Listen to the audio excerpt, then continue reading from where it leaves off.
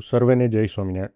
આજની પ્રશ્નોત્તર ચર્ચામાં આપણે ફરીથી એક કમેન્ટ પર ડિસ્કશન કરવાના છે કે જે ગોલોક મધ્ય અક્ષરધામ શૃંખલા ચાલે છે તો એમાં અથી ઉદ્ભવેલા જે પ્રશ્નો છે એમાં આપણે પ્રશ્નોત્તર ચર્ચામાં એ ડિસ્કસ કર્યું હતું કે શું ભગવાનના જેટલા અવતાર છે એ દરેક અવતારના અલગ અલગ ધામ છે.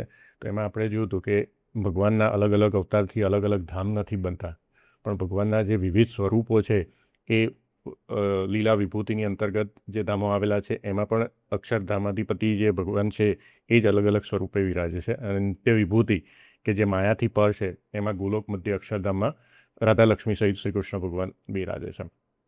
આ રીતે આપણે પ્રતિપાદન કર્યું હતું. એમાં કોઈ વખતે કમેન્ટ કરેલી કે બરાબર છે કે ભગવાનના અલગ અલગ અવતારમાં નામ અલગ છે પણ પરબ્રહ્મ તત્વ અને સ્વરૂપ એક જ છે, શાસ્ત્રસંમત વાત છે.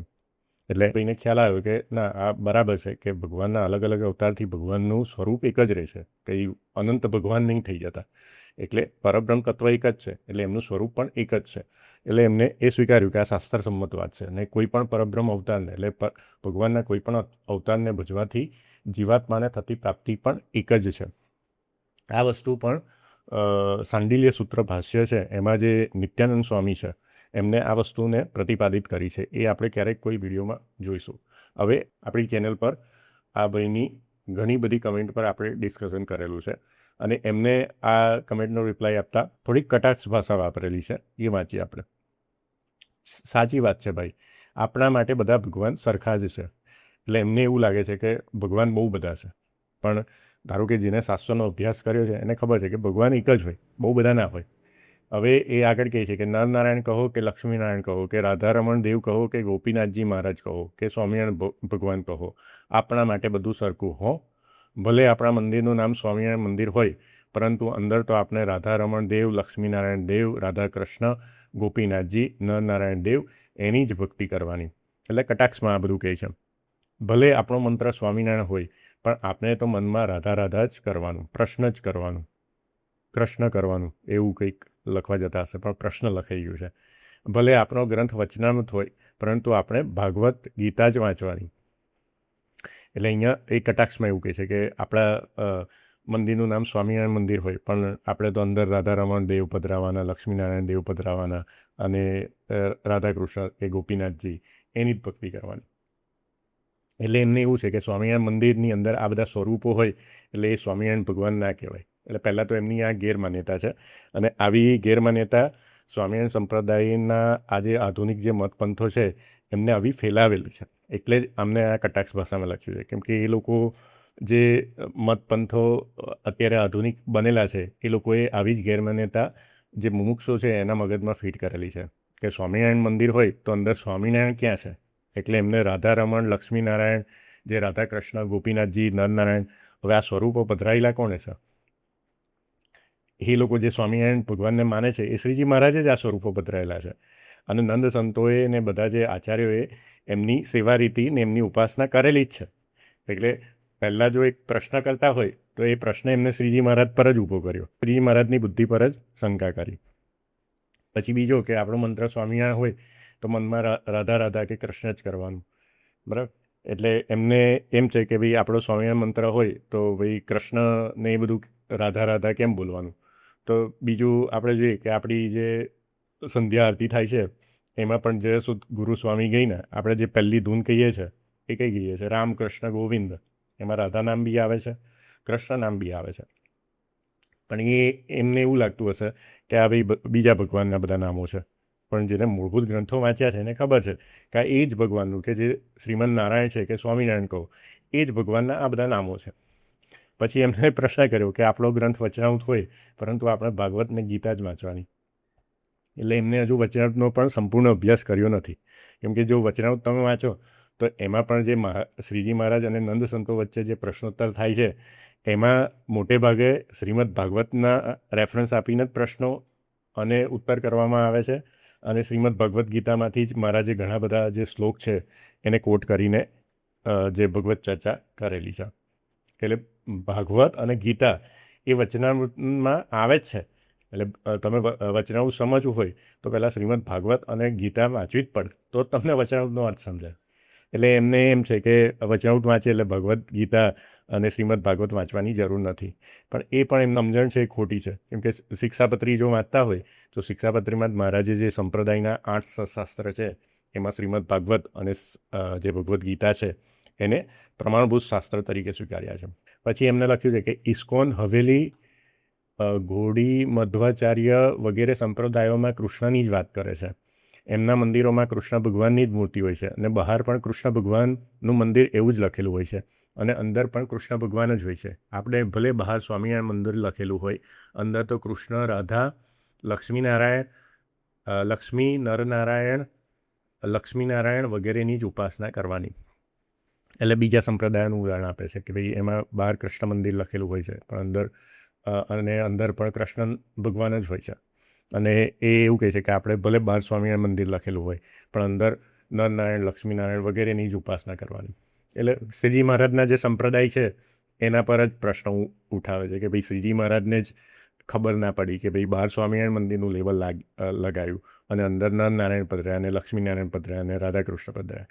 એટલે શ્રીજી મહારાજના કાર્ય પર જ શંકા કરે છે કે ભાઈ શ્રીજી મહારાજને ના આવડ્યું કે ભાઈ ઉપાસના કોને કહેવાય, કે બહાર સ્વામિનારાયણનું મંદિર હોય તો અંદર નરનારાયણ અને લક્ષ્મીનારાયણ થોડી પધરાવાય. એટલે શ્રીજી મહારાજના કાર્ય પર જ શંકા કરી. શ્રીજી મહારાજને સર્વોપરી માને છે પણ શ્રીજી મહારાજના કાર્યને અધૂરું માને છે. કેવા ભક્તો છે. ઇસ્કોનવાળા, હવેલીવાળા વગેરે ગોલોકમાં જ આવવાના છે અને આપણે પણ ગોલોકમાં જઈશું. એટલે જે શ્રી કૃષ્ણ ઉપાસક હોય એ લોકો પરમધામ તરીકે ગોલોક માને છે. આપણા સંપ્રદાયમાં એ ધામને અક્ષરધામ તરીકે કહેવામાં આવ્યું છે અને અક્ષરધામનો એ સ્પષ્ટ ઉલ્લેખ કેવો છે, ગોલોક મધ્ય અક્ષરધામ, જે આપણે અત્યારે જે વિડીયો શૃંખલા ચાલે છે એમાં જોઈએ છે. અને એમાં પણ ભગવાન રાધા લક્ષ્મી સહિત શ્રી કૃષ્ણ રૂપે જ બિરાજમાન છે. એ શ્રીજી મહારાજનું પરોક્ષ સ્વરૂપ છે. એટલે પરમાત્માના સ્વરૂપમાં કોઈ ભેદ નથી. પણ આ લોકોએ શું કર્યું છે, જે આધુનિક મત પંથો છે એ લોકોએ સ્વામિનારાયણ અને શ્રી કૃષ્ણ એમાં એટલો બધો મોટો ભેદ ઉત્પન્ન કર્યો છે અને પછી આવા તર્કો જે મુમુક્ષુ ભક્તો હોય એના મગજમાં ફીટ કરવામાં આવે છે કે આપણે તો સ્વામિનારાયણનું મંદિર બનાવીએ એટલે અંદર લક્ષ્મીનારાયણ ને નરનારાયણ ને રાધાકૃષ્ણ થોડા હોવા જોઈએ, વચ્ચે તો આપણે સ્વામિનારાયણ હોવા જોઈએ. એટલે સ્વામિનારાયણ જે શ્રીજી મહારાજ છે એમને જે અર્ચા વિગ્રહ છે ભગવાનના એ પધરાવતા આવડ્યું નથી. એટલે હવે આપણે બરાબર પધરાઈશું. એટલે શ્રીજી મહારાજ પર જ શંકા કરે છે અને શ્રીજી મહારાજના કાર્ય પર જ શંકા કરે છે. આવા બધા ભક્તો પણ આજે આપણને જોવા મળે છે. હવે આ પ્રશ્ન મેં એટલે લીધો છે આ ચર્ચામાં કેમ કે આવું ઘણા બધા લોકો સમજી જાય છે. આવા કુતર્ક કરે તો ઘણા બધા જે ભોળા લોકો છે એ આ વાતમાં આવી જાય છે અને આવું સમજે છે કે જે શ્રીજી મહારાજે મંદિર બનાવ્યા છે ને તો એમાં જે સ્વરૂપો પધરાયા છે એની ઉપાસના આપણે નથી કરવાની, કે એને આપણે ઈષ્ટદેવ તરીકે નથી માનવાના. આપણા ઈષ્ટદેવ અલગ છે, જે સ્વામિનારાયણ છે એ જ આપણા ઈષ્ટદેવ છે અને આ બધા આપણા ઈષ્ટદેવના સ્વરૂપો નથી. આવું લોકોના મગજમાં ફીટ કરવામાં આવે છે. તો આજે એના પર આપણે ચર્ચા કરીશું. જે કુતર્ક હોય બધા તો એનું નિવારણ આપણે શાસ્ત્ર આધારે જ કરવાનું છે. અને શ્રીજી મહારાજનું જે એક નામ જનમંગલ નામાલયમાં સતાનંદ સ્વામીએ લખ્યું છે કે સશાસ્ત્ર વ્યસનાયનોમાં, કે શ્રીજી મહારાજને શેનું વ્યસન હતું કે સશાસ્ત્ર સાંભળવાનું અથવા વાંચન કરવાનું. એટલે આપણે પણ જે સંપ્રદાયના મૂળભૂત શાસ્ત્રો છે એમાં શું લખેલું છે ને એના પ્રમાણે જ આ પ્રશ્નનું નિરાકરણ કરીશું, કે જેથી બીજા કોઈ મુમુક્ષુ ભક્તોને આવી ગેરસમજ હોય અને એમને પણ પ્રશ્ન થતો હોય તો એનું નિરાકરણ પણ થઈ જાય. એટલે આપણે આ પ્રશ્ન પર ચર્ચા કરીએ છીએ. સૌથી પહેલાં આપણે શિક્ષાપત્રી જોઈએ. હવે શિક્ષાપત્રી તો જે પણ સ્વામિનારાયણ સંપ્રદાયમાં માને છે એ લોકો માટે શિક્ષાપત્રી એક સૌથી મુખ્ય ગ્રંથ છે. કેમ કે એ શિક્ષાપત્રી વાંચવાની આજ્ઞા મહારાજે સ્વયં કરેલી છે. વચનામૃતમાં પણ કરેલી છે કે જે દિવસે શિક્ષાપત્રી ના વંચાય તો એ દિવસે ઉપવાસ કરો. એટલે શિક્ષાપત્રી વાંચનની આજ્ઞા એ મુખ્ય છે આપણા માટે. જે સ્વામિનારાયણ સંપ્રદાયના અનુયાયીઓ છે એ માટે મુખ્ય છે. હવે ખબર નહીં કે આ ભાઈ શિક્ષાપત્રીનું વાંચન કરે છે અને એ પણ મૂળભૂત શિક્ષાપત્રીનું વાંચન કરે છે કે નહીં એ ખબર નથી. કેમ કે એમને એક કમેન્ટ એવી કરી હતી કે ભાઈ શિક્ષાપત્રી મહારાજે લખી છે એવી મોરછાપ થોડી મારેલી છે. એટલે એમને કદાચ એવી શંકા પણ છે કે શિક્ષાપત્રી મહારાજે નથી લખી. જે સ્વામીની વાતો ગુણાત્યાન સ્વામીએ નથી લખેલી અને ગુણાત્યાન સ્વામીના નામે જેમના જે બધા શિષ્યો પછીથી ગુણાત્યાન સ્વામીના ધામમાં ગયા પછી લખેલી છે એના એક એક વાક્ય પર એમને સંપૂર્ણ શ્રદ્ધા છે. પણ શિક્ષાપત્રી મહારાજે સ્વયં લખેલી છે. આપણા જે આચાર્યો નંદ સંતોએ પ્રમાણિત કરેલી છે અને આનો આખો ઇતિહાસ છે. તો પણ આ લોકો શિક્ષાપત્રી પર શંકા કરે છે કે શિક્ષાપત્રી મહારાજે નથી લખેલી. તો આટલું અજ્ઞાન આજે તમે કળિયુગનો પ્રભાવ જુઓ કે જે શિક્ષાપત્રી સ્વયં મહારાજે લખેલી છે એને એ લોકો સ્વીકારવા તૈયાર નથી, પણ જે કાલ્પનિક વાર્તા સાહિત્ય છે એને લોકો પ્રમાણભૂત ગણે છે. અને પછી આ શ્રીજી મહારાજને એ લોકો એવું કહે છે કે અમે તો સર્વોપરી ઉપાસનાવાળા છે, અમે શ્રીજી મહારાજને સર્વઅવતારી માનીએ છીએ. તો કેટલું અજ્ઞાન કહેવાય કે જે ભગવાનને તમે સર્વોપરી માનો છો એની વાણીને જ તમે સર્વોપરી નથી માનતા. તો એ તો બહુ હાસ્યાસ્પદ કહેવાય કે પતિવ્રતા ભક્તિ એટલે શું કે પતિને સર્વોપરી કહે પણ પતિની વાત પર કે પતિની આજ્ઞા પર જ વિશ્વાસ ના હોય અને પતિની આજ્ઞા જ ના પાડે, તો પછી એને પતિવ્રતા ભક્તિ કે પતિવ્રતા સ્ત્રી કહેવાય ખરી? એ જ પ્રશ્ન છે. તો આપણે પહેલું પ્રમાણ આ શિક્ષાપત્રી 108થી 112 આ ઘણી બધી વિડીયોમાં મેં આની ચર્ચા કરેલી છે અને એને જ આપણે પહેલાં જોઈએ, કેમ કે એ શ્રીજી મહારાજની સ્વયંની વાણી છે. એટલે શ્રીજી મહારાજની વાણીને તમે ક્યારેય ખોટી ના કરી શકો અને એને ખોટી કરીને તમે સંપ્રદાયમાં ગમે એટલી મોટી મોટી વાતો કરો, ગમે તેટલા મોટા ગપ્પા મારો, પણ કોઈ તમારી વાતને સ્વીકારે નહીં. કેમ કે શ્રીજી મહારાજે આ શિક્ષાપત્રી પોતે આચાર્ય પદે જ્યારે વિરાજમાન હતા ત્યારે સ્વયં લખેલી છે. એટલે એ જે સિદ્ધાંતો આપેલા છે શ્રીજી મહારાજે એનું ખંડન કરીને તમે ગમે એટલા મોટા ધમ પછાડા કરો એનાથી કશું તમને મળવાનું નથી. અને જે અંતે છે એમાં તમને શું પ્રાપ્તિ થવાની છે એ તમે જ્યારે પ્રાપ્તિ થશે ત્યારે જ તમને ખ્યાલ આવી જશે.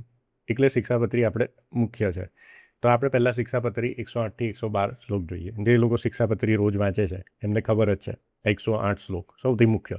સ શ્રી કૃષ્ણ પરબ્રહ્મ ભગવાન પુરુષોત્તમ ઉપાસ્ય ઇષ્ટદેવો ન સર્વ આવિર્ભાવ કારણ. એટલે મહારાજ જે ત્રય સિદ્ધાંત પ્રમાણે જીવ, ઈશ્વર અને માયા, એટલે અહીંયા ઈશ્વર એટલે પુરુષોત્તમ પરબ્રહ્મનું વર્ણન છે. એવી રીતે ત્રય સિદ્ધાંત પ્રમાણે રામાનુજાચાર્યના વિશિષ્ટાદ્વૈત સિદ્ધાંત પ્રમાણે ત્રય તત્વનું જ્ઞાન આપે છે. એમાં જીવનું સ્વરૂપ સમજાવે છે, માયાનું સ્વરૂપ સમજાવે છે અને પુરુષોત્તમ કહેતા એટલે અહીંયા ઈશ્વર સંજ્ઞાથી પુરુષોત્તમને કીધા છે. એમાં એમનું સ્વરૂપ સમજાવે છે. એમાં શ્રીજી મહારાજ 108માં લખે છે કે ઈશ્વર તે કયા? તો પરબ્રહ્મ પુરુષોત્તમ એવા જે શ્રી કૃષ્ણ ભગવાન તે ઈશ્વર છે. અહીંયા અમુક લોકો આ ઈશ્વર શબ્દથી જે મહારાજે 5 ભેદ આપેલા છે, જીવ, ઈશ્વર, માયા, બ્રહ્મ, પરબ્રહ્મ, એમાં આ ઈશ્વરને ગણી લેતા હોય છે. પણ અહીંયા 5 ભેદ પ્રમાણે મહારાજે નથી સમજાવ્યું શિક્ષાપત્રીમાં, ત્રય સિદ્ધાંત પ્રમાણે. એટલે જીવ, માયા અને પછી પુરુષોત્તમ, એટલે અહીંયા ઈશ્વર શબ્દ વાપર્યો છે, અહીંયા ઈશ્વર સંજ્ઞા વાપરેલી છે. અને જ્યારે જે જીવની બદ્ધ અવસ્થા અને મુક્ત અવસ્થા એનાથી જે ભેદ પડે છે એમાંથી જે 5 ભેદ થાય છે એને મહારાજે વચનામૃતમાં ડિટેલમાં સમજાવ્યું છે કે જીવ, ઈશ્વર, માયા, અક્ષર બ્રહ્મ અને પરબ્રહ્મ, એવી રીતે 5 અનાદિ ભેદ સમજાયા છે. એટલે અહીંયા શિક્ષાપત્રી 108માં મહારાજ પુરુષોત્તમ માટે આ વર્ણન કરે છે કે એવા પરબ્રહ્મ ભગવાન કોણ છે? તો શ્રી કૃષ્ણ ભગવાન છે. અને શ્રી કૃષ્ણ તે આપણા ઈષ્ટદેવ છે ને ઉપાસના કરવા યોગ્ય છે અને સર્વ અવતારના કારણ છે, સર્વ આવિર્ભાવ કારણ. હવે અહીંયા સ્વામિનારાયણ સંપ્રદાયમાં આ શ્લોકનો અર્થ સમજાવતા ઘણા લોકો ફક્ત એટલું કહી દે છે કે અહીંયા શ્રી કૃષ્ણ કયા ને એ દેવકીનંદન શ્રી કૃષ્ણ નથી, પણ અનાદિ શ્રી કૃષ્ણ છે. કે ભાઈ અક્ષરધામમાં જે ભગવાનનું સ્વરૂપ છે ને એને પણ શ્રી કૃષ્ણ કહેવાય છે. એટલે અહીંયા એ શ્રી કૃષ્ણનો ઉલ્લેખ છે.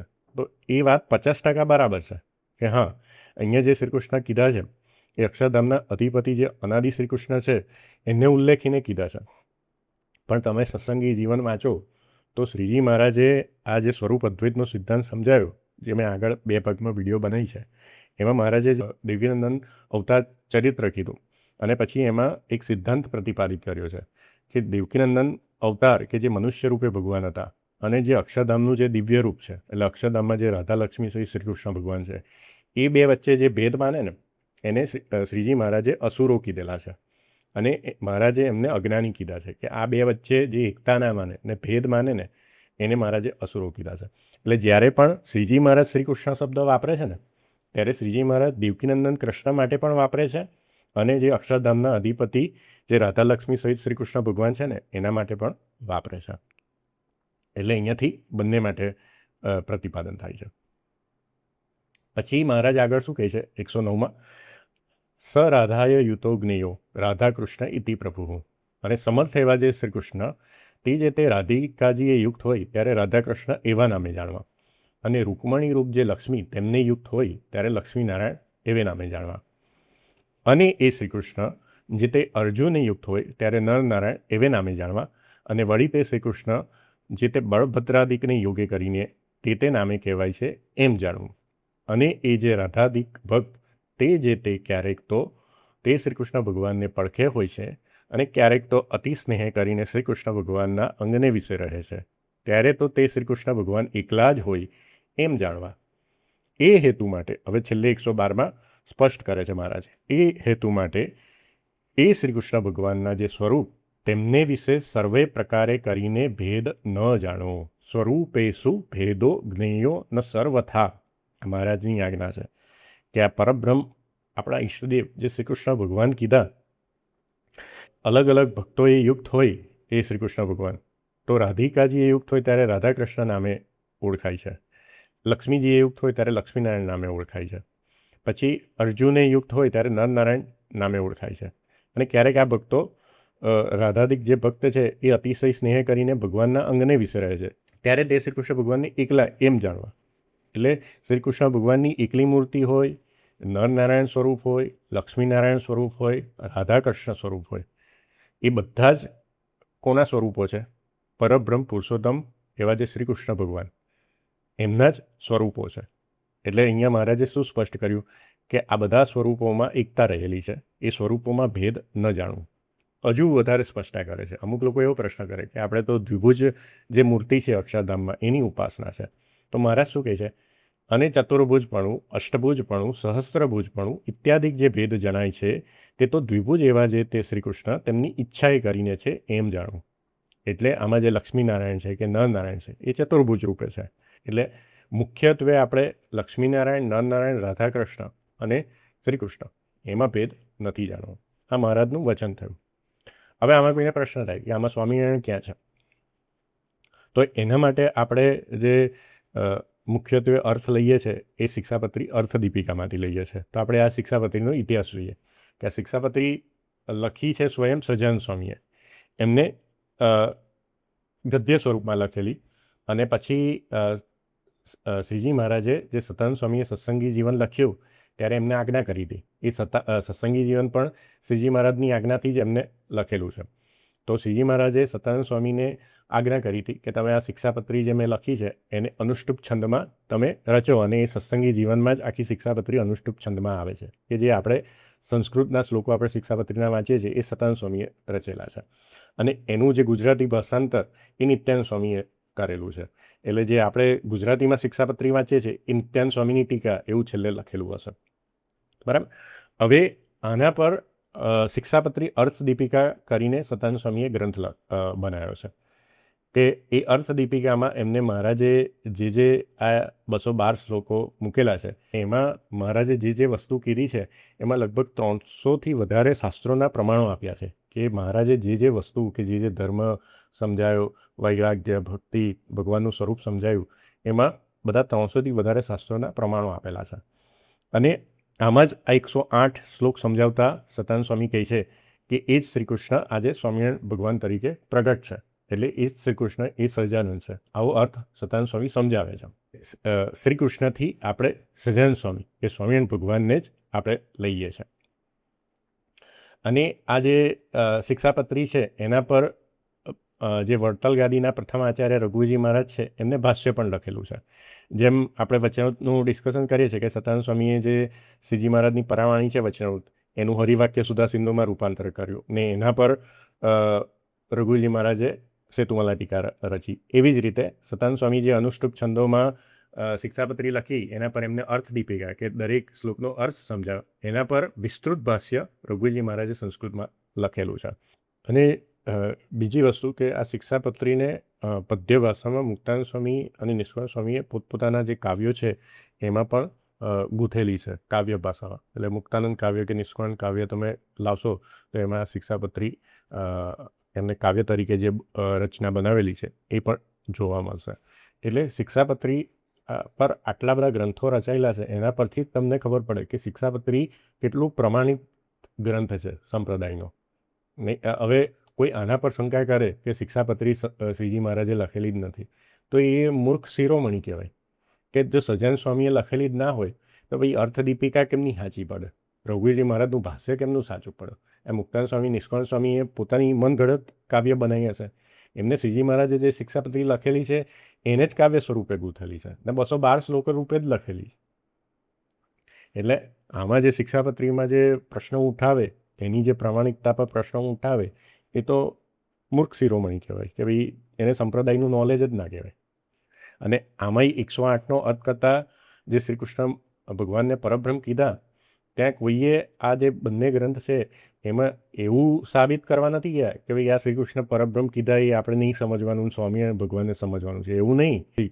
આ રઘુજી મહારાજે તો દરેક આગળના જે મત છે એ બધાનું ખંડન કરીને શ્રી કૃષ્ણ ભગવાનને કેમ પરબ્રહ્મ કીધા એ સાબિત કરેલું છે. ને એમાંય વાસુદેવ મહાત્મ્યનો રેફરન્સ આપેલો છે કે આ દ્વિભુજ સ્વરૂપ કેવી રીતે સમજવાનું.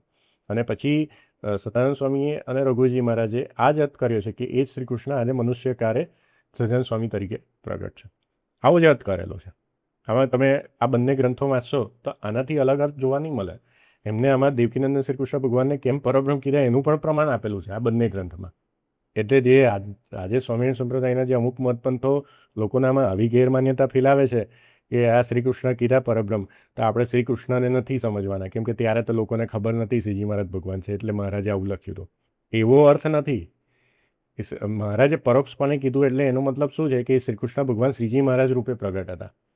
એટલે મહારાજે શ્રી કૃષ્ણ શબ્દથી પોતાને જ કીધા કેમ કે બંને એક જ છે. આવો અર્થ કરવાનો છે. પણ લોકોએ આજે બધાએ મગજમાં શું ભરેલું છે કે ત્યારે કોઈ ભગવાનને ઓળખતું નહોતું એટલે મહારાજે કોઈ બીજાને ભગવાન કીધા. કોઈ બીજાને ભગવાન નહીં કીધા, એ જ પોતે પ્રગટ થયેલા. શ્રી કૃષ્ણ ભગવાન જ ફરીથી શ્રીજી મહારાજ રૂપે પ્રગટ થયા હતા. એટલે શ્રીજી મહારાજે પરોક્ષપણે શ્રી કૃષ્ણ શબ્દ વાપર્યો છે પણ એ પોતા માટે જ વાપરેલો છે. એટલે આપણે વડતાલ 18નું વચન પણ જોયું ગોલોક મધ્ય અક્ષરધામની સિરીઝમાં. એમાં પણ પરોક્ષ રૂપ કયું અક્ષરધામમાં રાધા લક્ષ્મી સહિત શ્રી કૃષ્ણ ભગવાન અને એ જ ભગવાન દેવકીનંદન કૃષ્ણ ભગવાન તરીકે પ્રગટ થયા હતા અને ફરીથી કળિયુગમાં શ્રીજી મહારાજ રૂપે પ્રગટ થયા. એટલે આ બધા સ્વરૂપોમાં એકતા રહેલી છે.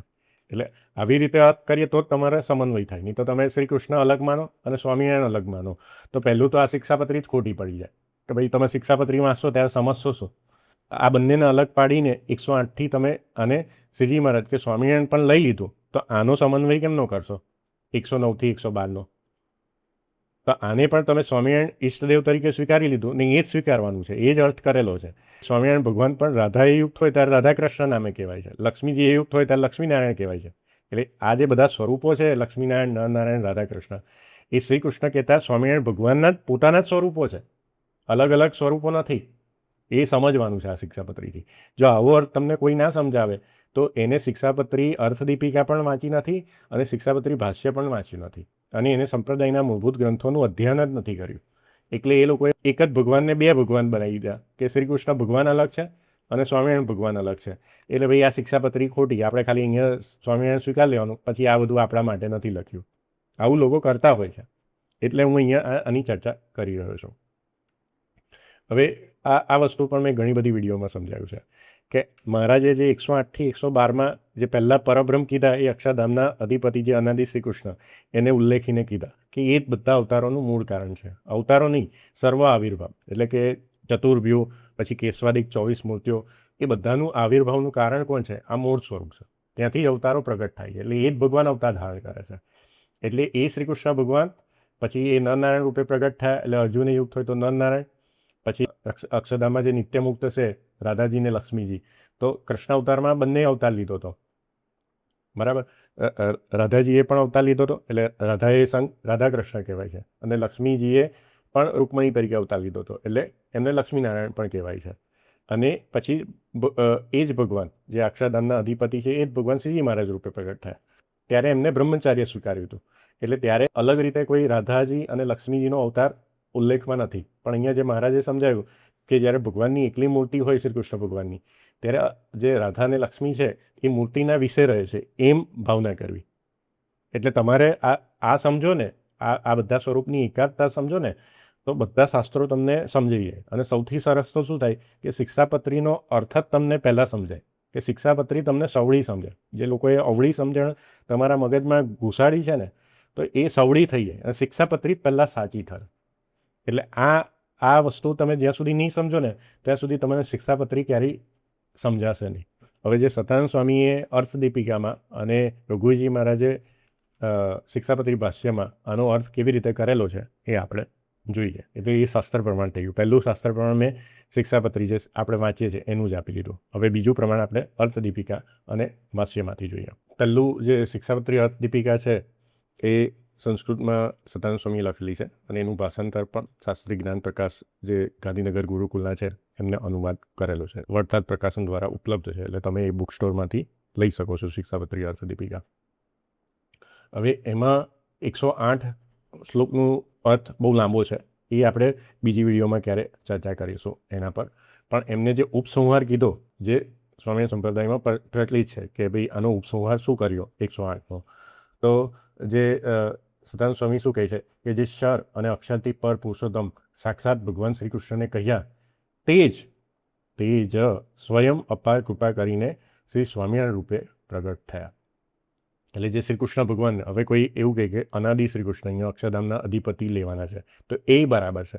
પણ તમે આપણો ઇતિહાસ વાંચો સંપ્રદાયનો, બદ્રિકાશ્રમની ઘટના જુઓ, પછી શ્રીજી મહારાજનો જે સ્વરૂપ અદ્વૈતનો સિદ્ધાંત જુઓ, વચનામૃત વાંચો. એમાં શ્રીજી મહારાજ જે મનુષ્ય રૂપે અવતાર જે દેવકીનંદન શ્રી કૃષ્ણ અને અક્ષરધામના અધિપતિ, એ બે વચ્ચે ભેદ નથી માનતા. આ મહારાજનો સ્વરૂપ અદ્વૈત સિદ્ધાંત છે.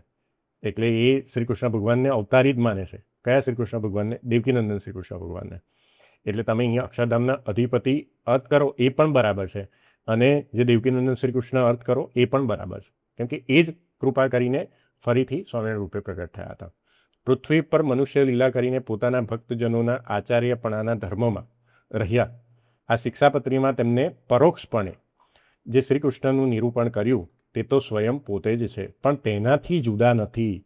આ કોણ તમને સમજાવશે કે એ સ્વામિનારાયણ પરોક્ષપણે શ્રી કૃષ્ણનું નિરૂપણ કર્યું એ સ્વયં છે, પણ આ સેન્ટેન્સ કોણ સમજાવશે? પણ તેનાથી જુદા નથી.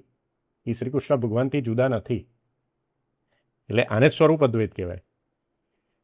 પણ આ અર્થ તમને કોઈ ડિટેલમાં નહીં સમજાવે. જ્યાં સુધી તમે જાતે નહીં વાંચો કોઈ શાસ્ત્રો, તો બધા જે પોતપોતાની રીતે સમજેલા છે એ જ વસ્તુ તમને સમજાવી દેશે અને પછી આનો રેફરન્સ એ આપશે. પણ તમે જ્યાં સુધી જાતે નહીં વાંચો અને એક એક સેન્ટેન્સ, એક એક શબ્દ પર તમે જ્યાં સુધી મનનને ચિંતન નહીં કરો, ત્યાં સુધી તમને જે શાસ્ત્રોનો સાર છે હાથમાં નહીં આવે. અને પછી પેલી કહેવત છે ને કે લોભિયા હોય ત્યાં દુતારા ભૂખે ના મરે, એમ જે બધા તમને જે રીતે સમજાવશે એમના સ્વાદ ખાતર એ તમે સમજી લેશો અને પછી તમે એમની પાછળ પડ્યા રહેશો અને પછી ભગવાનના સ્વરૂપનો થ્રો કરશો. હવે ખાસ આગળ 109 શ્લોકમાં શું કહે છે? જે આપણે વાંચ્યું કે સમર્થ એવા જે શ્રી કૃષ્ણ રાધિકાજીએ યુક્ત હોય તો રાધાકૃષ્ણ એવા નામે જાણો, લક્ષ્મીજીએ યુક્ત હોય તો લક્ષ્મીનારાયણ એવા નામે જાણો. તો એના પર સતાનંદ સ્વામી શું કહે છે કે શ્રી કૃષ્ણ ભગવાન એક જ છે. બરાબર? પેલા ભાઈએ કીધું ને કે આપણે તો બધા ભગવાન સરખા, એટલે એમને ભગવાનના વિવિધ સ્વરૂપોથી બહુ બધા ભગવાન માન્યા. પણ અહીંયા સતાનંદ સ્વામી સ્પષ્ટ કરે છે કે ભગવાન એક જ છે. તેમના રાધાકૃષ્ણ તથા લક્ષ્મીનારાયણ આદિ અનેક સ્વરૂપો છે. બરાબર? અનેક સ્વરૂપો છે, છતાં તેમાં પરસ્પર અભેદ છે. હવે અમુક લોકો એવું કહેતા હોય કે તમે અભેદ એકતા કરો છો, પણ અહીંયા કે આ ત્રિકાળદર્શી હતા સતાનંદ સ્વામી જે સત્સંગી જીવન ગ્રંથ રચ્યો ને, તો એ પૂર્વજન્મમાં મૈત્રેય ઋષિ હતા. તમે શ્રીમદ ભાગવત વાંચો ને સત્સંગી જીવનની ભૂમિકા વાંચો, તો એ મૈત્રેય ઋષિ ફરીથી સતાનંદ સ્વામી રૂપે પ્રગટ થાય અને એમને શ્રીજી મહારાજના ચરિત્રનો ગ્રંથ રચવો હતો, ભગવાનના ચરિત્રનો ગ્રંથ. એટલે શ્રીજી મહારાજ પાસે આજ્ઞા માગી અને શ્રીજી મહારાજે એમને ત્રિકાળ દ્રષ્ટિ આપી. ભૂત ભવિષ્ય વર્તમાની દેખી શકતા હતા. એ રીતે એમને શ્રીજી મહારાજના ચરિત્રો લખ્યા છે. એટલે આપણને શ્રીજી મહારાજનું બાળ ચરિત્ર પણ આપણને કેમ ખબર છે બીજા બધા ગ્રંથો દ્વારા કે આ સતાનંદ સ્વામીએ ત્રિકાળ દ્રષ્ટિ મેળવીને પહેલાં સત્સંગી જીવન લખ્યું હતું, પછી સંપ્રદાયમાં બીજા ચરિત્ર રૂપે ગ્રંથો લખાયા છે. એટલે એવા સતાનંદ સ્વામી અહીંયા કહે છે કે તેમાં પરસ્પર અભેદ છે. તે હવે પછીના 4 શ્લોકોમાં કહે છે. જેને આગળના ભાગમાં કહી ગયા તે મહાસમર્થ પરમેશ્વર શ્રી કૃષ્ણ વૃષભાનું ગોપના પુત્રી રાધિકાજીની સાથે જ્યારે રહ્યા હોય ત્યારે તેમને રાધાકૃષ્ણ એવા નામે જાણવા, અને ભીષ્મક રાજાને ઘરે પ્રગટ થયેલા રૂકમણીરૂપ લક્ષ્મીજીની સાથે રહ્યા હોય ત્યારે લક્ષ્મીનારાયણ આવા નામે જાણવા. ભીષ્મક પુત્રી રૂકમણી જ લક્ષ્મીજી હતા તેમ વિષ્ણુ પુરાણમાં કહ્યું છે. એટલે વિષ્ણુ પુરાણનું એમને રેફરન્સ આપ્યું.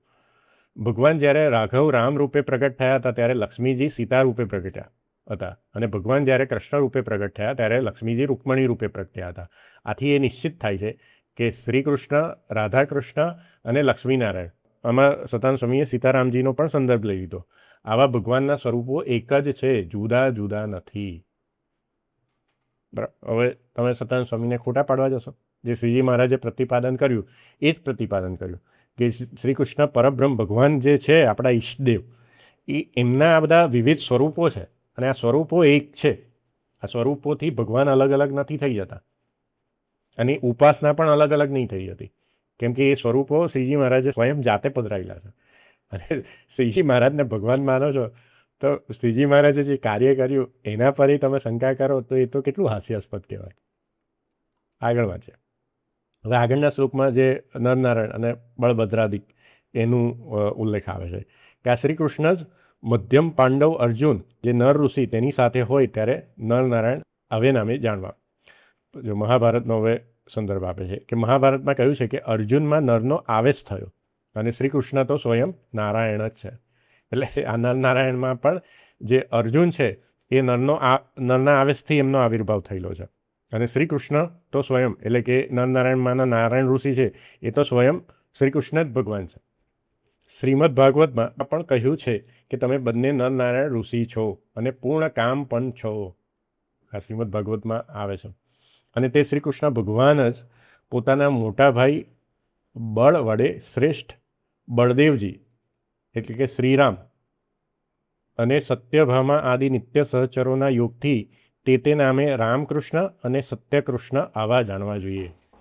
એટલે બળભદ્રાદિકના યોગે કરીને, એટલે કે જે જેતલપુરમાં બલભદ્ર અને રેવતીજી અને જોડે કૃષ્ણ ભગવાન એટલે હરિકૃષ્ણ મહારાજ હોય, જેમ જગન્નાથજીમાં સ્વરૂપ છે કે બલભદ્ર, સુભદ્રા અને કૃષ્ણ, તો એનાથી એ સ્વરૂપનું નામ શું થાય? રામકૃષ્ણ થાય. અને સત્યભામા હોય તો એમને સત્યકૃષ્ણ સ્વરૂપ કહેવાય. એટલે જે આપણે ધૂન ગઈએ છે આરતી પછી રામકૃષ્ણ ગોવિંદ, તો એમાંય પણ કયા નામનો ઉલ્લેખ છે? શ્રી કૃષ્ણ ભગવાનનું નામ છે. રામા અવતારવાળા રામ ભગવાનનું નામ નથી. એ ગણો તોય ચાલે, કેમ કે એ સ્વરૂપ જેમ સતાનંદ સ્વામી ગણ્યું કે એકતા જ છે. એમાં શ્રી કૃષ્ણ અવતારની મુખ્ય ભક્તિ છે. એટલે એમાં જે શ્રી કૃષ્ણનું જ નામ છે આ રામકૃષ્ણ, પણ કયા યોગે કરીને છે? બલભદ્ર યોગે કરીને આ રામકૃષ્ણ પહેલું ભગવાનનું નામ આપણે બોલીએ છીએ. એટલે રામકૃષ્ણ ગોવિંદ જય જય ગોવિંદ, એવી રીતે આપણે ધૂન ચાલુ કરીએ છીએ. પછી આગળ સ્પષ્ટ કરે છે કે આ રાધિકાજી આદિ શ્રી કૃષ્ણ ભગવાનના ભક્ત છે. તેઓ સતત શ્રી ભગવાનની સેવામાં રહ્યા હોય છે. તેઓ ક્યારેક શ્રી કૃષ્ણ ભગવાનની બાજુમાં હોય ત્યારે સૌને તેમના દર્શન થતા હોય છે, પણ અત્યંત સ્નેહભાવથી તે ભગવાનના સ્વરૂપને વિશે લીન થઈ ગયા હોય છે. ત્યારે તો ભગવાન એકલા જ ભક્તોને દર્શન આપે છે. જ્યારે તે ભક્તો બાજુમાં હોય ત્યારે રાધાકૃષ્ણ, લક્ષ્મીનારાયણ આદિ તે નામથી કહેવાય છે. પણ જ્યારે તે ભક્તો સૌને દર્શન થાય એમ બહાર પ્રત્યક્ષ ન હોય ત્યારે તો તે ભગવાન એકલા જ હોય છે એમ જાણવું. એટલે જે મંદિરમાં એક જ શ્રી કૃષ્ણ ભગવાનની મૂર્તિ હોય, આમાં આપણે હરિકૃષ્ણ મહારાજ પણ સમજી લેવાનું છે, સાથે બીજી કોઈ ભક્તની મૂર્તિ ન હોય છતાં પણ ત્યાં રાધા આદિ સેવકોના મંડળ સાથે જ શ્રી કૃષ્ણ ભગવાન રહ્યા હોય છે, આવી ભાવના કરવી. આ શ્લોકનું આવું તાત્પર્ય છે. એટલે હું જેમ કહું છું ને કે શ્રીજી મહારાજમાં અવતારી ભાવ રાખવો એટલે શું કે શ્રીજી મહારાજની, હરિકૃષ્ણ મહારાજની એકલી મૂર્તિ હોય તો પણ એમાં એવી ભાવના કરવી કે આજે રાધા આદિ જે ભક્તો છે એમના અંગમાં રહ્યા છે, કે એમની સાથે રહ્યા છે, પણ દેખાતા નથી આપણને. જે પ્રથમ 71 એનું આપણે વિશ્લેષણ કર્યું હતું સેતુમલા ટીકાના આધારે. ભગવાન અક્ષરધામ સહિત વિરાજે છે એમ સમજવું એટલે શું કે આ ભગવાનનું ઐશ્વર્ય એટલે ભગવાનની જે શક્તિઓ છે એમની સાથે જ છે. એટલે શ્રી મહારાજને પણ એવી રીતે માનવા, એ જ આપણે મુખ્ય સમજવાનું છે. અને અહીંયા પણ સદાનંદ સ્વામીએ એ જ અર્થ આપણને સમજાયો. હવે જે 112 મુખ્ય કે શ્રી કૃષ્ણ ભગવાન એક જ છે, જો ફરી સ્પષ્ટ કર્યું, શ્રી કૃષ્ણ ભગવાન એક જ છે, છતાં પોતાની પાસે રહેતા સેવક ભક્તોને લીધે રાધાકૃષ્ણ આવા જુદા જુદા નામથી તેઓ કહેવાય છે, તેમ આગલા શ્લોકમાં કહ્યું. તેથી આ શ્રી કૃષ્ણ ભગવાનના મોટા મંદિરોમાં વિરાજમાન રાધાકૃષ્ણ આદિ નામોમાં કે સ્વરૂપોમાં કાંઈ જુદાઈ નથી.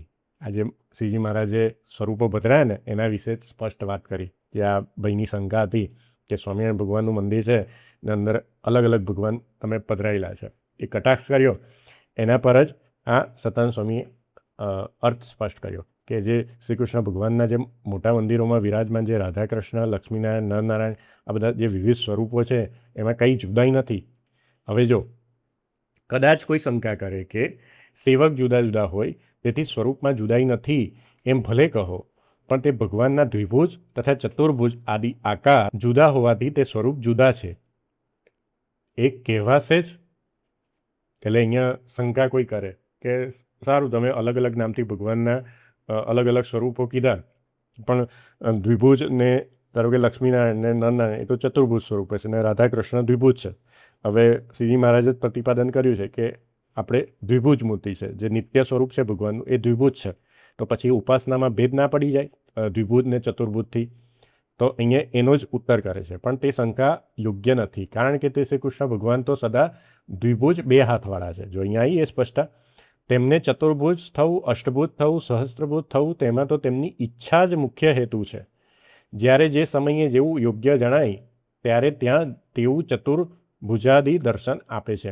માટે તે આકારની જુદાઈથી ભગવાનના સ્વરૂપ જુદા છે એમ ન કહી શકાય. બરાબર? એટલે એ ભગવાનની ઈચ્છા છે કે કયા સ્વરૂપે પ્રગટ થાય, કે કયા સ્વરૂપે તમને દર્શન આપે. પછી અહીંયા ઉદાહરણ આપે છે કે મુચકુંદ રાજા આદિને ચતુર્ભુજ સ્વરૂપે દર્શન દીધા, અર્જુન ઇત્યાદિકને અષ્ટભુજ અને સહસ્ત્રભુજ રૂપે દર્શન દીધા. આ શ્રીમદ ભાગવતમાં આ બધો ઉલ્લેખ આવે છે. તેમાં તો ભક્તોની ઈચ્છા પૂરનારા યોગ માયાના અધિપતિ તથા સત્ય સંકલ્પ આવા તે ભગવાનની ઈચ્છા જ નિયામક છે, તે વાસ્તવિકતા છે.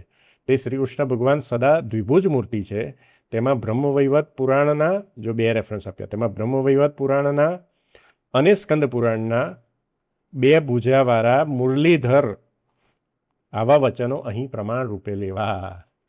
આપણે જે ગોલોક મધ્ય અક્ષરધામની સિરીઝ છે એમાં આગળના ભાગોમાં બ્રહ્મવૈવર્ત પુરાણનું પણ પ્રમાણ લઈશું ગોલોક મધ્ય અક્ષરધામ માટે, અને જે સ્કંદ પુરાણ અંતર્ગત જે વાસુદેવ મહાત્મ્ય જે સંપ્રદાયનું મૂળ મહારાજે કીધું છે એનું ઉદાહરણ પણ લઈશું કે એમાં ભગવાનનું સ્વરૂપ કેવું છે, જે વચનામૃત પર્થારામાં છે એ રીતે રાધા લક્ષ્મી સહિત અને શ્રી કૃષ્ણ રૂપે. શ્રી કૃષ્ણ રૂપ હું કેમ કહું છું કે ત્યાં પણ ભગવાન વાંસળી વગાડે છે એવા સ્વરૂપે બિરાજમાન છે. જે ગઢડામાં ગોપીનાથજીનું સ્વરૂપ છે એ રીતે ભગવાન અક્ષરધામમાં એમનું સ્વરૂપ કહેવામાં આવેલું છે આ શાસ્ત્રોમાં. એટલે ભાષાંતરમાં કોઈને શંકા થતી હોય તો આ જે તમે અર્થદીપિકા લાવશો તો એમાં સંસ્કૃત પણ આપેલું છે, એટલે એ તમે જોઈ શકશો. જો અહીંયા હું તમને બતાવી દઉં, દ્વિભુજમ મુરલી હસ્તમ. હવે આપણે રઘુવીરજી મહારાજના શિક્ષાપત્રી ભાષ્ય પર જઈએ. આ પણ તમને વડતાલ પ્રકાશન દ્વારા ઉપલબ્ધ છે. આનું ભાષાંતર પણ શાસ્ત્રી જ્ઞાન પ્રકાશ સ્વામી છે એમને જ કરેલું છે. હવે પહેલાં જે 108 શ્લોકમાં સહશ્રી કૃષ્ણ પરબ્રહ્મ, એમાં તો રઘુવીરજી મહારાજે આ ભાષ્યમાં બહુ વિસ્તૃત સમજાવેલું છે. જીવ, માયા, ઈશ્વર, જે મહારાજે કીધું ને કે આ સ્વરૂપને રૂઢી રીતે જાણવું. આ ત્રય સિદ્ધાંતનું જે અનુવાદ છે એ વાંચતા વાંચતા તો અમુક વાર મને પણ સમજણ નથી પડેલી, કેમ કે એમાં જે ન્યાયિક, વૈશેષિક, અદ્વૈત એ બધા મતો શું સમજે છે, પરબ્રહ્મને કેવી રીતે, ભગવાનને કેવી રીતે સમજે છે, બધાનું ખંડન કરતાં એમને જે બધા નિરાકરણ કરવા માટે શાસ્ત્રોના પ્રમાણો આપેલા છે, અને એ રીતે આખું જે ભાષ્ય એમને લખેલું છે એટલે બહુ વિસ્તૃત છે. એટલે તમારે બહુ શાંતિથી એનો અભ્યાસ કરવો પડે. અને આના પર તો કોઈ અત્યારે કોઈ સ્વામિનારાયણ સંપ્રદાયના મત પંથમાં આની કથા પણ નહીં થતી હોય. એટલે આ બધા જે મૂળભૂત ગ્રંથો છે એ તમે જ્યાં સુધી વાંચશો નહીં ત્યાં સુધી તમને તત્વજ્ઞાન જ ખબર નહીં પડે. અને આ બધા મૂળભૂત ગ્રંથો અત્યારે ગાયબ થઈ ગયા છે. આ જે આધુનિક મત પંથો છે એ લોકોએ તો કાઢી જ નાખ્યા છે, કેમ કે જો એ લોકો આ વેચશે તો એમના જે મત પંથ છે એ લોકોએ જે ભક્તોને સમજાવ્યું છે એ બધું ખોટું પડી જશે. એટલે એમની તો દુકાન બંધ થઈ જાય. એટલે તમને આધુનિક મત પંથોમાં આ ગ્રંથ નહીં મળે, પણ મૂળ સંપ્રદાયમાં તમે જશો તો ભલે મૂળ સંપ્રદાયમાં અમુક જે બધા છે એ ભક્તોની અલગ અલગ માન્યતા હોય છે કે જે આધુનિક મતપંથો જેવી જ થઈ ગઈ છે કે શ્રી કૃષ્ણ અને સ્વામિનારાયણ વચ્ચે ભેદ કરવાની એવી જ થઈ ગઈ છે. પણ ત્યાં એટલીસ્ટ તમને આ બધા મૂળભૂત ગ્રંથો મળી રહેશે. એટલે તમે આ મૂળભૂત ગ્રંથો લાવીને તમારી જાતે સ્વ અધ્યયન કરશો ને, મહારાજને પ્રાર્થના કરીને આ બધા ગ્રંથોનો અભ્યાસ કરશો તો તમને એનો અર્થ પણ સ્પષ્ટ સમજાઈ જશે. એટલે જ હું વારે ઘડીએ તમને ફોર્સ કરું છું કે તમે જાતે જે બધા મૂળભૂત ગ્રંથો છે એને વાંચવાનો અભ્યાસ કરો. હવે અહીંયા જે 108માં મેં છેલ્લે રઘુજી મહારાજ જે સમાપન કરતા જે મંગલાચરણ કરે છે ને, એ મંગલાચરણ કેવી રીતે કરે છે એ હું તમને સમજાવું. આમાં આગળ બધું સમજાવે છે, જેમ મેં કીધું તત્વજ્ઞાન, અને એમાં દેવકીનંદન શ્રી કૃષ્ણ ભગવાનને પણ કેમ પરબ્રહ્મ કહેવાય ને એનું પણ એક પ્રમાણ આપે છે. એને પણ સર્વ અવતારી કેમ કહેવાય એનું પણ એક પ્રમાણ આપે છે. આ બધું આમાં લખેલું છે. એ ફરી ક્યારેક હું એના પર ડિટેલમાં વિડીયો બનાવીશ. 108 શ્લોકના ભાષ્ય અને અર્થ દીપિકાનો અર્થ, એના પર આપણે વિસ્તૃત ચર્ચા કરીશું પછી ક્યારેક. પણ અત્યારે મેઇન મારે આ જે બધા સ્વરૂપોમાં ભેદ ન જાણવું એ સમજાવવું છે. એટલે હું અહીંયા જે ટૂંકમાં 108નો જે ઉપસમૂહ છે એ કેવી રીતે કહી છે એ સમજાવું છું. તો મંગલાચરણ લખતા એને આ સંસ્કૃતનો શ્લોક અહીંયા મૂકેલો છે આ અનુવાદમાં, અને એનું અનુવાદ પણ અહીંયા છે કે જે પરબ્રહ્મ પરમાત્મા અંતર્યામીપણે વ્યાપીને સર્વ જીવોને નિયમોમાં રાખે છે, જેનાથી સર્વ કામનાઓની સિદ્ધિ થાય છે, વેદોક્ત સર્વ કર્મોથી જેની આરાધના થાય છે, અને જે ચિત્ત અચિત સર્વના આત્મા છે, અને પરમ વ્યોમ અક્ષરધામમાં જેમનું નિવાસ સ્થાન છે. એમ શ્રુતિઓ કહે છે, જે સર્વ અવતારોનું કારણ અવતારી છે, તે આ પરબ્રહ્મ શ્રી કૃષ્ણ રૂપ ભગવાન સ્વામિનારાયણનો સદા જય થાવ. યહ પરબ્રહ્મ કૃષ્ણો વિશ્વ આવિર્ભાવ હેતુ સજયતુ ભગવાન સ્વામિનારાયણો અયમ. આ એમને લખેલું છે. હવે અહીંયા 109 ને 110 એના પર જે ભાષ્ય લખેલું છે રઘુજી મહારાજે એ વાંચે. એ શું કહે છે? જો શ્રી કૃષ્ણ ભગવાન જ તમારા ઉપાસ્ય ઈષ્ટ હોય તો શ્રી રાધાકૃષ્ણ, શ્રી લક્ષ્મીનારાયણ દેવ અને શ્રી નરનારાયણ દેવની ઉપાસના કરવી એ તમારે કઈ રીતે યોગ્ય ગણાય? જે આ ભાઈનો પ્રશ્ન હતો ને, અથવા તમને કોઈ બીજા લોકો પ્રશ્ન પૂછે, અથવા તમને કોઈ સંતો પણ આવું અવળું સમજાવે ને, તો તમે જો આ વાંચ્યું હોય તો તમે એની વિશે તમે ક્રોસ ક્વેશ્ચન પૂછી શકો કે આવું આપણા આચાર્યએ પ્રતિપાદન કર્યું છે તો તમે એનાથી વિરુદ્ધ કેમ કહો છો? તો અહીંયા રઘુજી મહારાજે જ આ ભાષ્યમાં આ શંકા ઉત્પન્ન કરી કે જો અહીંયા શ્રીજી મહારાજે આપણા ઈષ્ટદેવ શ્રી કૃષ્ણ ભગવાનને કીધા અને એ જ સ્વામિનારાયણ છે, તો પછી આપણે આ રાધાકૃષ્ણ, લક્ષ્મીનારાયણ દેવ, નરનારાયણ દેવ એ બધાના સ્વરૂપો પધરાઈને એમની દરરોજ આરતી કરીએ, એમને થાળ કરીએ, તો ઉપાસના જ થઈ ગઈ ને, એમની ભક્તિ કરીએ, તો એ કઈ રીતે યોગ્ય ગણાય? આમ કોઈ પૂછે તો તેના જવાબમાં કહે છે કે જે સર્વ અવતારોનું કારણ ભગવાન પુરુષોત્તમને સેવવા ઉપાસવાના રૂપમાં કહ્યા છે, તે જ પુરુષોત્તમ રાધિકાના યોગમાં એટલે કે સાથમાં હોય ત્યારે શ્રી રાધાકૃષ્ણ કહેવાય છે, રૂકમણી રૂપ લક્ષ્મીજીની સાથે હોય ત્યારે શ્રી લક્ષ્મીનારાયણ કહેવાય છે. એટલે કોણ? પુરુષોત્તમ ભગવાન જ રાધિકાના યોગમાં હોય તો જે રાધાકૃષ્ણ સ્વરૂપ છે એ કોનું થયું? પુરુષોત્તમનું જ થયું. લક્ષ્મીનારાયણ સ્વરૂપ પણ કોનું થયું? પુરુષોત્તમનું, આપણા ઈષ્ટદેવનું સ્વરૂપ જ થયું. તેમજ અર્જુનની સાથે હોય ત્યારે શ્રી નરનારાયણ નામે કહેવાય છે, અને બલરામની સાથે હોય ત્યારે રામકૃષ્ણ એવે નામે કહેવાય છે. આમ તે ભક્તોની સાથે રહેલા તે પુરુષોત્તમ ભગવાન તે ઉપયુક્ત નામોથી વિશેષપણે જણાય છે, કહેવાય છે. તે નામ ભિન્ન ભિન્ન હોવા છતાં તેમના સ્વરૂપમાં ભિન્નતા હોતી નથી. આવી ગયો જવાબ. આ જે પ્રથમ આચાર્ય વડતાલ ગાદીના છે રઘુજી મહારાજ. હવે સતાનંદ સ્વામીની જે વિદ્વત્તા છે, આ રઘુજી મહારાજની વિદ્વત્તા છે, એના પર કોણ પ્રશ્નચિહ્ન કરી શકે? એના પર જો આજના આધુનિક મત પંથોના કોઈ સંત કે મહંત હોય કે પછી બીજા કોઈ પણ ભક્તો હોય, એ જો આનાથી અવળું સમજાવતા હોય તો પછી તો એ સંપ્રદાયના કહેવાય જ નહીં, કેમ કે આ તો પ્રથમ આચાર્યએ લખેલું છે અને સતાનંદ સ્વામીએ પણ આવો અર્થ કરેલો છે.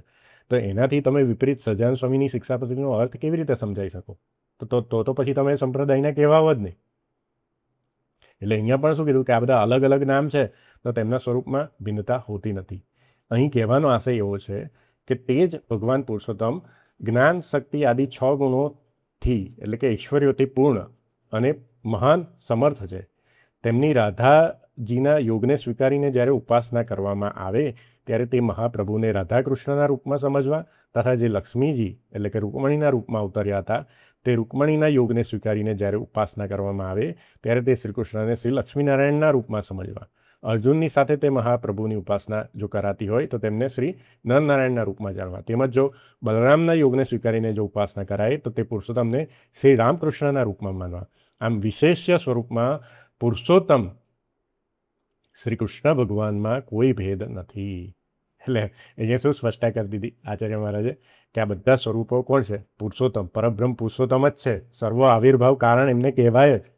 માટે તે ઉપાસ્ય પુરુષોત્તમના સ્વરૂપમાં કોઈ ભેદ નથી. શ્રી રાધિકાજી આદિ ભક્તો તો નિત્ય મુક્તો છે, એટલે તેમના યોગથી પરબ્રહ્મની ઉપાસના કેમ કરાય આવી શંકાને અહીંયા અવકાશ નથી. સ્પષ્ટ કરી દીધું કે આવી શંકા યોગ્ય જ નથી. પછી આગળ જે કીધું 111માં કે આ ભક્તો અતિ સ્નેહ કરીને શ્રી કૃષ્ણ ભગવાનના અંગને વિશે રહે છે, એના વિશે શું કહે છે રઘુજી મહારાજ ભાષ્યમાં? રાધિકાજી આદિ નિત્ય મુક્તોનો સમુદાય કાયમ શ્રી કૃષ્ણ ભગવાનની સાથે જ રહે છે એમ કહીને પ્રસંગ આવવાથી તેમાં કંઈક વિશેષતાને પણ કહે છે. શ્રી કૃષ્ણ ભગવાન જ્યારે જ્યારે આ ભૂમિ પર અવતાર ધારણ કરે છે, જો ફરી યુગે યુગે અવતાર ધારણ કરે છે ભગવાન, આ શ્રી કૃષ્ણ ભગવાનથી અક્ષરધામના અધિપતિ એ જ્યારે જ્યારે આ ભૂમિ પર અવતાર ધારણ કરે છે. એટલે આનું ખંડન મેં આગળ કર્યું હતું કે જે અમુક જે અજ્ઞાની માણસો છે એવું કહે છે કે પુરુષોત્તમ નારાયણ પહેલી વાર પૃથ્વી પર પધાર્યા, તો આ તમે મૂળભૂત ગ્રંથો વાંચો તો અહીંયા એવું પ્રતિપાદન થયેલું જ છે કે આજે ભગવાન યુગે યુગે અવતાર ધારણ કરે છે. એટલે અહીંયા એ જ સ્પષ્ટતા કરે છે રઘુજીમાં. શ્રી કૃષ્ણ ભગવાન જ્યારે જ્યારે આ ભૂમિ પર અવતાર ધારણ કરે છે ત્યારે ત્યારે રાધિકાજી વગેરે તેમની સાથે જ અવતરે છે. કોઈક અવતારમાં તે નિત્ય મુક્તો તેમની પડખે જ રહ્યા હોય છે અને કોઈ વખતે તો તે ભગવાનના સ્વરૂપમાં એટલે કે મૂર્તિમાં રહ્યા હોય છે. તેથી તે અલગ જણાતા નથી. હવે શ્રી કૃષ્ણ અવતાર, દેવકીનંદન શ્રી કૃષ્ણ અવતારમાં એમનો અવતાર થયો હતો એટલે એમની બાજુમાં દેખાય છે. હવે આ બીજું સેન્ટેન્સ રઘુજી મહારાજે લખ્યું કે કોઈ વખતે તો તે ભગવાનના સ્વરૂપમાં રહ્યા હોય તેથી અલગ જણાતા નથી. એટલે એ શ્રીજી મહારાજના અવતારનો ઉલ્લેખ કર્યો કે શ્રીજી મહારાજ પ્રગટ હતા ત્યારે આ એમની જે નિત્ય સેવામાં રહી છે રાધિકાજી એ કોઈ અલગ રીતે દેખાતા નથી. પણ એ કેમ નથી દેખાતા? કેમ કે એ ભગવાનની મૂર્તિમાં રહ્યા છે. આ જ સ્પષ્ટતા રઘુજી મહારાજે સીતુમાલા ટીકામાં પ્રથમ 71નું વચનાઉત છે કે ભગવાન અક્ષરધામ સહિત જ બિરાજે છે એમ સમજવું ને બીજા આગળ એમ વાર્તા કરવી. એના અર્થમાં આ જ વસ્તુ સમજાઈ હતી. એ જ વસ્તુ અહીંયા એમને સ્પષ્ટ કરી. જ્યારે તે મૂર્તિમાં લીન હોય ત્યારે તો ભગવાન એકલા જ જણાતા હોય છે. તે નિત્ય મુક્તોનો વર્ગ દેખાય કે ન દેખાય તેમાં કારણ તો તે અવતાર ધરનારા ભગવાનનો સંકલ્પ જ હોય છે.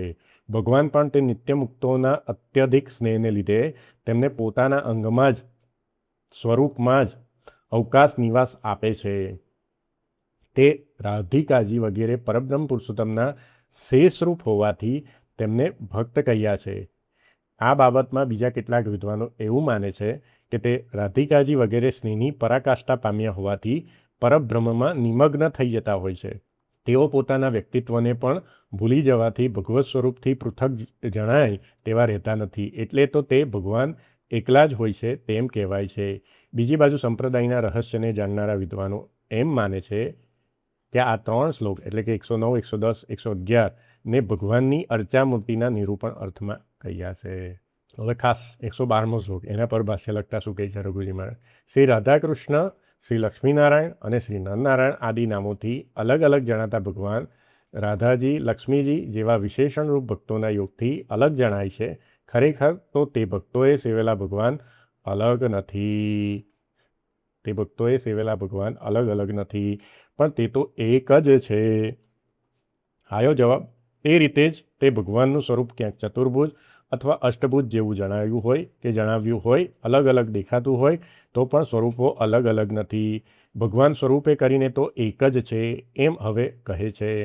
એ ભગવાનના સ્વરૂપમાં ચતુર્ભુજ, અષ્ટભુજ અને સહસ્ત્રભુજ એવા જે અલગ અલગ ભાવ દેખાય છે તે તો 2 ભુજાવાળા એટલે દ્વિભુજ તે ભગવાનની ઈચ્છાને આધારે છે.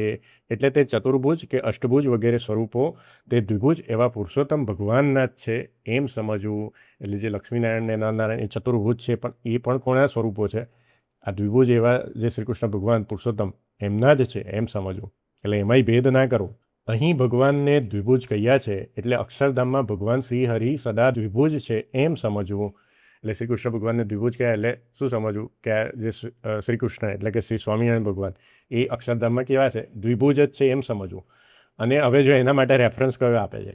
તે સ્કંદ પુરાણના વિષ્ણુ ખંડમાં રહેલા વાસુદેવ મહાત્મ્યમાં કહ્યું છે. હવે વાસુદેવ મહાત્મ્યનો અહીંયા રેફરન્સ આપ્યો. એનું આપણે પ્રમાણ આગળ લેવાના છે. બહુ ઇન્ટરેસ્ટિંગ છે. જેનું સ્વરૂપ અત્યંત શાંત હોવાથી દર્શનીય છે, જે ક્ષર અને અક્ષરથી પર તથા સ્વતંત્ર છે, જે પોતે આંખના ખૂણાથી સૂચન કરીને અનેક બ્રહ્માંડોની ઉત્પત્તિ સ્થિતિને લઈ કરી શકે છે.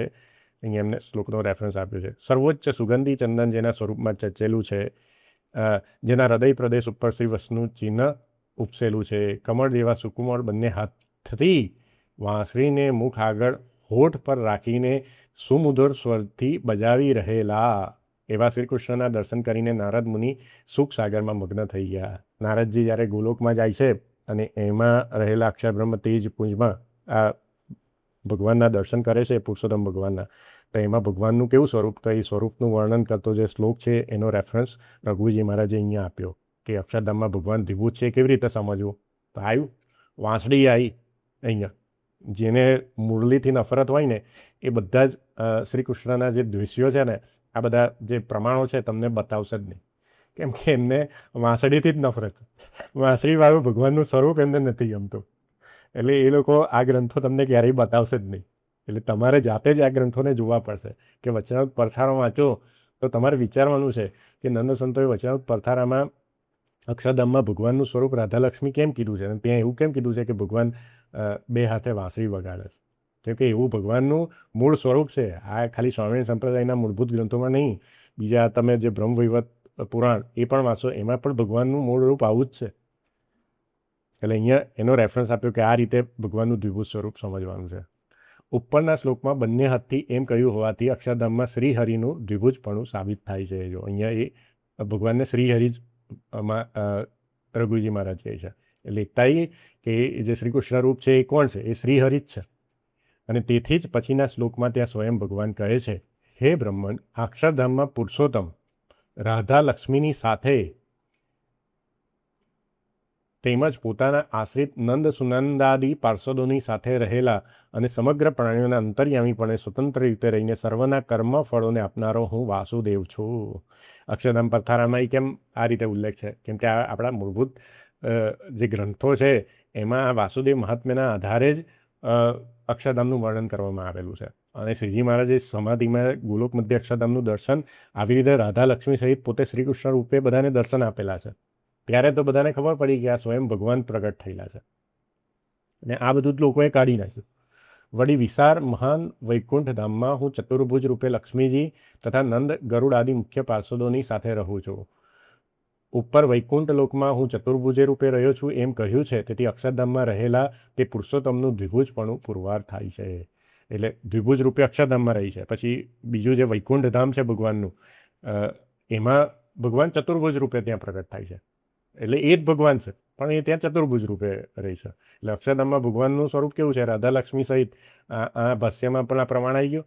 અને કેવું છે? દ્વિભુજ છે. પછી અહીંયા બીજા ગ્રંથનો રેફરન્સ આપે છે, બ્રહ્મવૈવર્ત પુરાણનો. એના શ્રી કૃષ્ણ જન્મખંડમાં ભગવાન વિષ્ણુ સ્વિદ્દીપ જતા રહ્યા ત્યારે તેમનું શુદ્ધ સત્વરૂપ બે ભાગમાં થયું. તે બેમાં જે જમણી બાજુનો ભાગ હતો તે દ્વિભુજ થયો. તે ગોપાલના બાળ જેવા રૂપને ધારી રહ્યા હતા. નવીન મેઘના સમાન શ્યામ પીતાંબર વસ્ત્રથી સુશોભિત હતા. મુખ પર વંશી રાખી હતી. અતિશય શોભતું અને મંદ હાસ્યભર્યું મુખ હતું. નેત્ર કમળ સમાન હતા. તે અત્યંત તેજોમય બ્રહ્મ સ્વરૂપ હતા. સ્વયં માયાના 3 ગુણથી રહિત હતા. સર્વમાં વ્યાપક તે પરમાત્માનું સ્વરૂપ ભક્તોના ઉપર અનુગ્રહ રૂપ હતું. સર્વેશ્વર એવા ગોલોકાધિપતિ શ્રી રાધિકાજીના સ્વામી હતા. આ બ્રહ્મવૈવર્ત પુરાણમાં લખેલું છે. તે જ મહાપ્રભુ વૈકુંઠ લોકમાં ચતુર્ભુજ સ્વરૂપે મહાલક્ષ્મીના સ્વામી પણ બિરાજે છે. એટલે મહારાજે કીધું કે એ જ ભગવાન ચતુર્ભુજ રૂપે થાય છે. એટલે એમાં બ્રહ્મવૈવર્ત પુરાણનું પણ એમને રેફરન્સ આપ્યું. આયો પાછા આ કમેન્ટ પર. એટલે આપને જે કટાક્ષ કરીને કીધું, અથવા બીજા કોઈ લોકો આવા પ્રશ્ન કરે કે આપણા માટે બધા ભગવાન સરખા, એટલે આ બધા અલગ અલગ ભગવાન નથી. કોણ છે? એક જ શ્રી કૃષ્ણ ભગવાન છે. અને એ નરનારાયણ રૂપ હોય, લક્ષ્મીનારાયણ હોય, રાધારમણ હોય, ગોપીનાથજી મહારાજ હોય, એ બધા કોણ છે? સ્વામિનારાયણ છે. એટલે અમને પહેલાં તો સ્વામિનારાયણ ભગવાનનો મિનિંગ જ નથી ખબર, અને એમને બધા આ સ્વરૂપોથી અલગ અલગ ભગવાન માની લીધા છે. એટલે શ્રીજી મહારાજે જે સ્વરૂપો પધરાયા, કે આચાર્ય મહારાજે કે આપણા નંદ સંતોએ જે ઉપાસના કરી એ કંઈ ખોટી નથી કરી. તમે અત્યારે જે ઉપાસના કરો છો એ લોકોએ ખોટી કરીને તમે સાચી કરો છો. તમે ખોટી કરો છો. તમને આ બધામાં ભેદ સમજાયો એટલે તમને એ પ્રશ્ન થયો કે યાર, હું જે મંદિરમાં જાઉં છું ત્યાં તો લક્ષ્મીનારાયણ છે, નરનારાયણ છે, તો સ્વામિનારાયણ ક્યાં? એટલે તમને પ્રશ્ન થયો. એટલે કોઈ પેલું ના કહેવાય કે તમે શાસ્ત્રોમાં ગયા નહીં. આપણા શ્રીજી મહારાજ શું કહેવા માગે છે, નંદ સંતો શું કહેવા માગે છે, આચાર્ય શું કહેવા માગે છે, એ સમજ્યા નહીં. એટલે શાસ્ત્રનો અભ્યાસ ના કર્યો. બસ કોઈ આવું સમજાયું એટલે પછી તમે પ્રશ્ન કર્યો કે હા ભાઈ, આ સાચું છે કે સ્વામિનારાયણનું મંદિર સ્વામિનારાયણ નહીં, ચાલો કૃષ્ણનું મંદિર હોય તો કૃષ્ણ જ હોવા જોઈએ, રામનું મંદિર હોય તો રામ જ હોવા જોઈએ. એમ હું હવે સ્વામિનારાયણનું મંદિર બનાવીશ તો સ્વામિનારાયણ જ મૂકીશ. એવું કરીને તમે પછી કંઈક બીજાની વાત માનીને એમની જોડે બીજા પધરાયા. અને પછી એ સ્વામિનારાયણના 2 ભાગ કર્યા કે સ્વામી એટલે આ અને નારાયણ એટલે આ. એટલે એમાંથી પતિવ્રતાની ભક્તિમાંથી તમે પડી ગયા કે તમે ત્યાં 2 તત્વની ઉપાસનામાં જતા રહ્યા. પરબ્રહ્મ તત્વની ઉપાસના કરવાની જગ્યાએ તમે 2 તત્વની ઉપાસનામાં જતા રહ્યા. એટલે ભૂલ એ લોકોની નથી. શ્રીજી મહારાજે બરાબર સ્વરૂપો પધરાયા છે, અને નંદ સંતો એ પણ જે બધા સ્વરૂપોની ઉપાસના કરી છે એ બધી સાચી જ છે. ખાલી તમારી સમજણમાં ભૂલ છે, એટલે તમને આવો પ્રશ્ન થયેલો છે. એટલે આપણે જે અર્થદીપિકા અને ભાષ્ય જોયું એમાંથી આ બધા સ્વરૂપો કોના છે? આપણા ઈષ્ટદેવ જે શ્રી કૃષ્ણ ભગવાન કે સ્વામિનારાયણ ભગવાન, એના જ આ સ્વરૂપો છે. અને તમે કોઈ બી સાચા આચાર્ય પાસે આજે પણ જશો, અથવા એવા જે સંતો પાસે આજે પણ જશો ને, તો એ સંતો તમને આવું જ પ્રતિપાદન કરશે કે આપણા ઈષ્ટદેવ સ્વામિનારાયણ ભગવાન છે અને આજે નરનારાયણ, લક્ષ્મીનારાયણ, રાધાકૃષ્ણ, ગોપીનાથજી મહારાજ એ બધા એમના સ્વરૂપો જ છે, એમાં ભેદ નથી. આવું જ તમને સમજાવશે. ને જો આવું ના સમજાવતા હોય તો એ પછી ખોટા છે. એ તમારે આ મૂળભૂત શાસ્ત્રોના આધારે સમજી લેવું. એટલે આનો પણ પ્રશ્નનો જવાબ આવી ગયો કે આપણે ભક્તિ આપણા ઈષ્ટદેવની જ કરીએ છીએ. અને સ્વામિનારાયણ મંત્ર એટલે પહેલાં તો અમને પેલા મંત્ર વિષય નહીં ખબર કે આ જે સ્વામિનારાયણ મંત્ર છે એ અહોનિશ જપવા માટે આપેલો છે. અને એનો એ અર્થ શું થાય છે કે સ્વામી એટલે અલગ સ્વામી નહીં ને નારાયણ એટલે ભગવાન, એવો અર્થ નહીં. અહીંયા એક જ ભગવાન માટે સ્વામિનારાયણનો ઉલ્લેખ થયો છે. એના પર પણ આપણે વિસ્તૃત ચર્ચા કરીશું કે સૌના સ્વામી એવા નારાયણ એટલે શું સ્વામિનારાયણ. એ જે શ્રીમદ નારાયણ કે શ્રી કૃષ્ણ એમનું જ નામ સ્વામિનારાયણ છે. એ ભગવાનનું જ એક નામ છે. સ્વામિનારાયણ નામ પણ કોના માટે સંબોધીને વપરાય છે? જે અક્ષરધામાધિપતિ રાધા લક્ષ્મી સહિત શ્રી કૃષ્ણ ભગવાન છે એ જ શ્રીજી મહારાજ રૂપે પ્રગટ થયા હતા. એ ભગવાન માટે જ ફક્ત આ નામનો ઉલ્લેખ થાય છે સ્વામિનારાયણ, કે સૌના સ્વામી એવા નારાયણ એ સ્વામિનારાયણ. અને એ અહોનિશ જપવા માટે છે. જ્યારે જેમ શિક્ષાપત્રીમાં મહારાજે કીધું કે પૂજામાં જપવા માટે આચાર્ય દીક્ષિત જે શ્રી કૃષ્ણ અષ્ટાક્ષર મંત્ર છે એની દીક્ષા લેવી પડે છે અને પૂજામાં એ મંત્રનો જાપ કરવામાં આવે છે. કેમ કે આ ષડક્ષરી મંત્ર છે. આમાં કોઈ તમારે નિયમ કે આસન કે એની જરૂર નથી. સ્વામિનારાયણ તમે કોઈ પવિત્ર અપવિત્ર ગમે તે દશામાં 24 કલાક જપી શકો. જ્યારે જે અષ્ટાક્ષર મંત્ર છે એના અમુક નિયમો છે. એ નિયમો પાડીને તમારે જપવો પડે, જેમ શિક્ષાપત્રીમાં મહારાજે સમજાવ્યું છે. મનમાં રાધા રાધા જ કરવાનું, કૃષ્ણ કૃષ્ણ જ કરવાનું. એ કરશો તો પણ તમને આ વસ્તુ સમજાશે. ને અહીંયા આપણે રાધિકા કૃષ્ણ અષ્ટકમ દરરોજ આપણે સંધ્યા આરતી પછી ગઈએ જ છે. એટલે આ ભાઈ નહીં ગાતા હોય, કેમ કે એમના જે મત પંથમાં ગાવામાં આવે છે કે નહીં, કેમ કે એ લોકોએ તો ભેદ પાડી દીધા છે. એટલે એ લોકો નહીં ગાતા હોય. વચનામૃત ગ્રંથનું પણ સમજાયું કે ભાગવદ્ ગીતા તો વાંચવી જ પડશે, તો જ તમને વચનામૃત સમજાશે, નહીં તો આવા જ લોચા મારશો. એટલે સ્વામિનારાયણ મંદિરમાં સ્વામિનારાયણ ભગવાનના જ સ્વરૂપો છે, પણ અલગ અલગ સ્વરૂપો પધરાયા છે. પછી છેલ્લે લખ્યું કે ઇસ્કોન આ બધા ગોલોકમાં જવાના, આપણે પણ ગોલોકમાં જઈશું. તમે તો નહીં જ જાઓ, કેમ કે તમે ગોલોકને તો માયાની નીચે માનેલું છે અને શ્રી કૃષ્ણ ભગવાનને માયાની નીચે માનેલા છે. એટલે તમે ગોલોક અને અક્ષરધામ તો બહુ દૂરની વાત છે. તમે આ બ્રહ્માંડની બહાર ગતિ થાય તોય બહુ છે. એટલે અક્ષરધામમાં જવાનું તો હજુ અનંત જન્મો બાકી છે. એટલે પહેલાં મૂળભૂત શાસ્ત્રનો અભ્યાસ કરો, પછી તમને આ અક્ષરધામની દિશા એ બધું ખબર પડશે. તો આ વિડીયોમાં આટલું જ. જે પણ બીજા કોઈના આવા પ્રશ્નો હોય તો એનો જવાબ આમાંથી મળી ગયો. તો આમાં કોઈ શંકા હોય તો તમે કમેન્ટ કરી શકો છો. તો વિડીયોના અંતે સર્વને જય સ્વામિનારાયણ.